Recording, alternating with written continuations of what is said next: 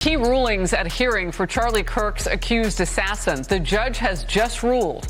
Now remember, two things at stake, the gag order and the death penalty.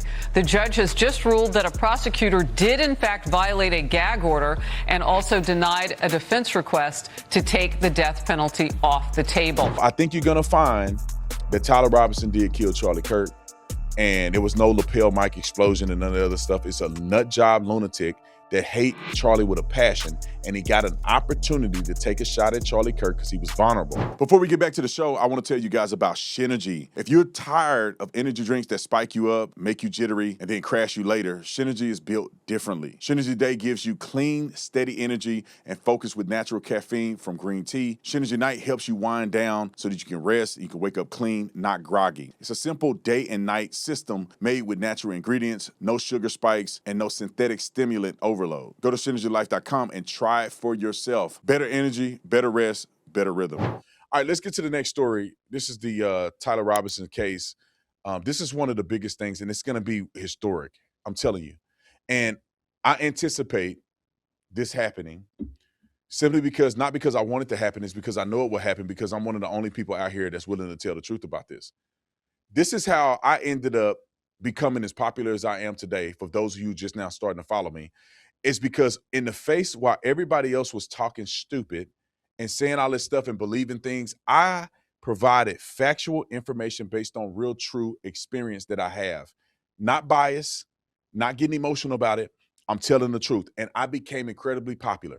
This situation is going to be exactly the same. People are listening to stew heads talk about this Tyler Robinson, Charlie Kirk case.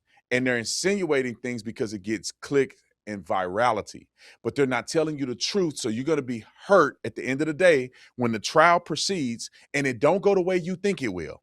Now, the naysayers are going to say, see, I told you it was rigged, because they know they lying to you and they got to keep the lie going. But in reality, for those of you who want to know the truth, you're going to find out that these people are lying to you about the Tyler Robinson case. Is the government trustworthy? No, I don't trust the government as far as I can throw them. But if there's evidence of them not being trustworthy, you go with it. If there's evidence that the government is telling the truth, you need to listen to the evidence and function in reality. You cannot live in a place where everything the government do is false.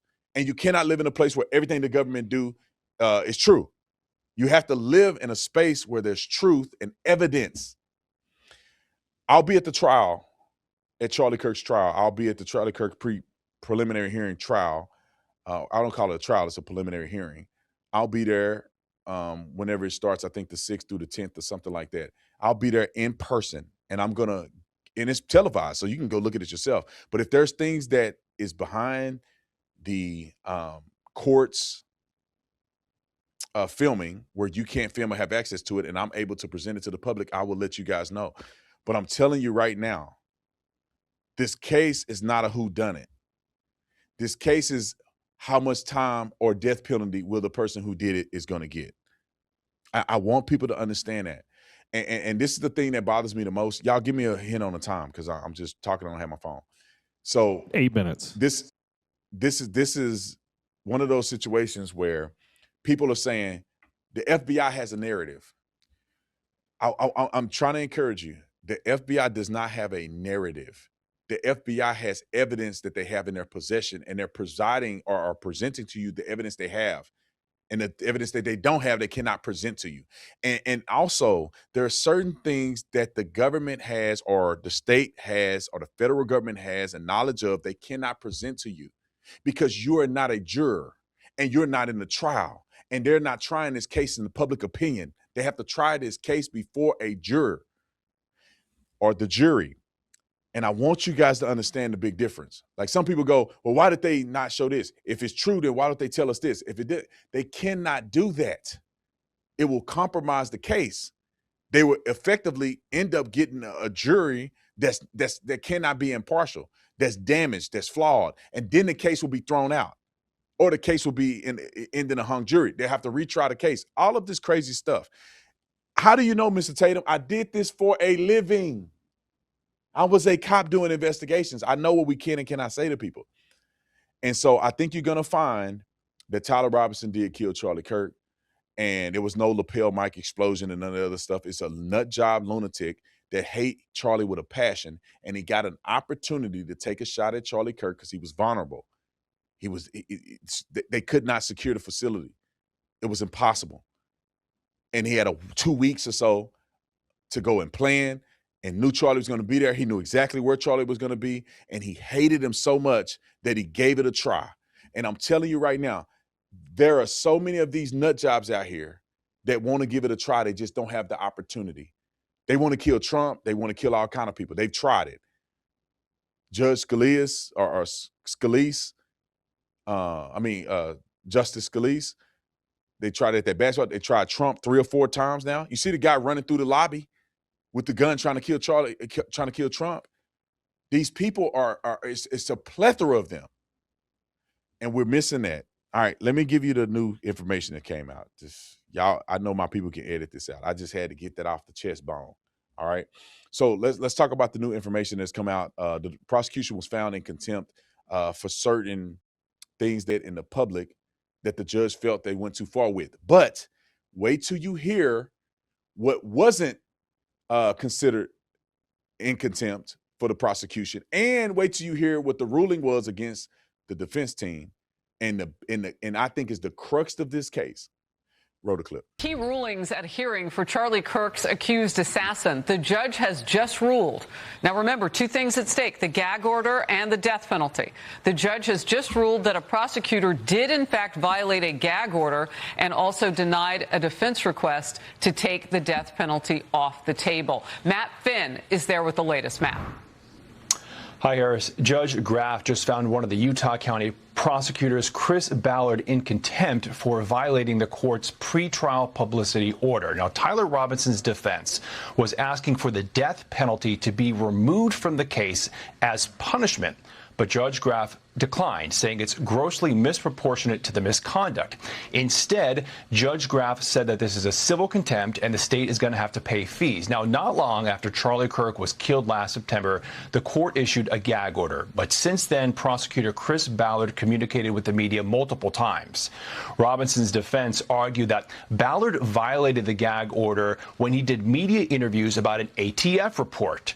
Tyler Robinson's defense previously said that that ATF ballistic report shows that a bullet fragment recovered from the autopsy cannot be conclusively matched to Tyler Robinson's rifle. While Ballard argues that Robinson's defense has been mischaracterizing that report, and so the prosecution claims its communications with the press are not breaching the gag order, rather, quote, correcting the record. Judge Graff agreed on that matter. A false media narrative asserting that the murder weapon has been definitively forensically excluded constitutes substantial undue prejudice to the prosecution.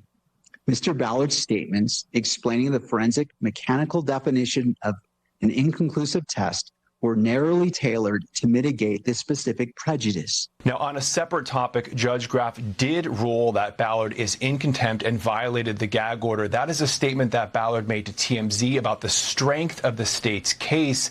The judge said that that was unnecessary and implied guilt. Harris. All right, let me jump in here.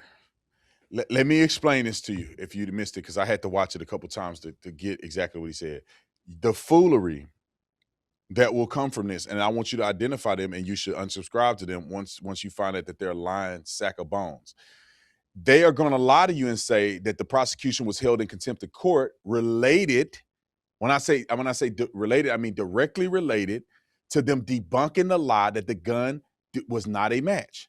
That was conclusively not a match. There's going to be people who say, see, the prosecution came out and they said the gun wasn't a match. See, it wasn't a match. And they got found in contempt of court because he lied about it. That did not happen. The judge just said on the clip, you can go back and watch it, that was reasonable for the prosecution to debunk the lies that says that the gun that was recovered, that believed is the suspect weapon, was conclusively separated from ballistics. That was not true. And I can explain this real quick because I know people who have a question about it. The way that it operated is this. The bullets was fragmented in Charlie Kirk's body so much so that they could not reconstruct the bullet and test fire and make it match. So when the bullet fragments are so fragmented, they cannot test fire out of the gun. So they cannot make it conclusive, but it does not rule the gun out. It just makes it where it's not conclusive, if that makes sense. So for instance, let me give you an example. If I take a gun and I shoot it, boom, and the bullet hits somebody and go through and hit the ground, right?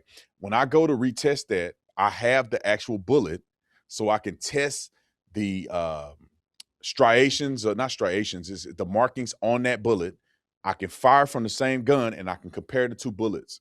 And I can say that the same demarcation on this bullet matches the exact same demarcation on this bullet. Why would they need to match? Is because the barrel is the same barrel. So it has its own kind of DNA. There's only certain marks that will end up on a bullet from the same barrel. It's almost like its identity. So you can shoot 1,000 rounds out, and 1,000 rounds are going to have the same kind of demarcations on the round. So if they have a full bullet, they match it to the test fire and they say, this is conclusively the weapon. With the fragmentation being so dense in Charlie's body, they couldn't recover a bullet to test fire it. When you can't test fire it, you have to say it's not conclusive. That doesn't rule out that being a murder weapon. That just rule out that the test fire wasn't conclusive. Anyway. All right, let's get to the next clip. And this talks about the death penalty a little bit and the ramifications behind the contempt claim. So therefore, when people come out and they go, they're in contempt, listen to him explain how much value that actual contempt means in this case. Roll it. How does the contempt charge against Chris Ballard, the prosecutor, how does that affect the case? Would they pull him off? Does it do anything else to the prosecution? I think it'll have no effect whatsoever. And I think the best way to look at this whole thing is this was a win for the prosecution. Yes, they were found in contempt, but they were not found in contempt for the bigger issue about correcting the ATF report. That was really what this was all about, was there was false information out there. The prosecution felt that they had to act and had to act quickly to correct it so it would not create this spun out of control false narrative. And the judge said that that was fine. Where they went too far was by saying, and by the way, we have extreme confidence in this case. That was a little too far for the judge as far as giving their opinions on the strength of evidence. And so it's a slap on the wrist. Really, the remedy here is the judge is going to allow for a more expanded voir dire, which is good anyway. So end of the day, maybe he will get a talking to by his boss, but I doubt this will change things moving forward. The big news of the day, I would think, though, for prosecutors is the fact that the death penalty stays on the table. Real quick, the significance of the judge's decision today. Yeah, and the judge even said it was grossly disproportionate to even ask for that as a remedy. The death penalty is going nowhere. That's the important thing. The prosecution can move on as the case was to begin with. And I didn't get a chance to mention this to you guys, but the death penalty is a huge thing here, because I want you guys to be very clear about this. And this should debunk a lot of the mythical things that are going on about the conspiracies around Charlie Kirk's death and that the government is covering it up. Who wanted cameras to not be in the courtroom? The prosecution or the defense? The defense team. Who want there to be who is arguing the death penalty or making that one of their biggest claims? It's the defense. Who is, in addition to that, outside of the death penalty claim, outside of the, them not wanting cameras in the courtroom, it was something else that I mentioned and it skipped my mind. But it's clear to me that the prosecution, if the prosecution has something to hide, if they believe that it was a cover-up and they don't want the media to know about any of these things, they would have been pressing to not have this public, to not have the evidence presented, and for everybody to be able to watch this trial. The defense went out of their way to try to get cameras not in the trial. That's because they don't want the world to see what's about to happen. And I don't understand how people don't understand this. This whole case, and I said it from the beginning, we'll see if I'm right, like I've been 100% of the time, is that this is really a death penalty case. They're trying to fight tooth and nail to make sure Tyler Robinson, their son, is not going to get the death penalty. They want him to have life in prison and spend the rest of his life in prison without getting put to death. This is what the argument is about. And you can tell it here because the defense wanted them to vacate the death penalty as a part of, this case if he's found guilty. And the judge said no. is still on the table.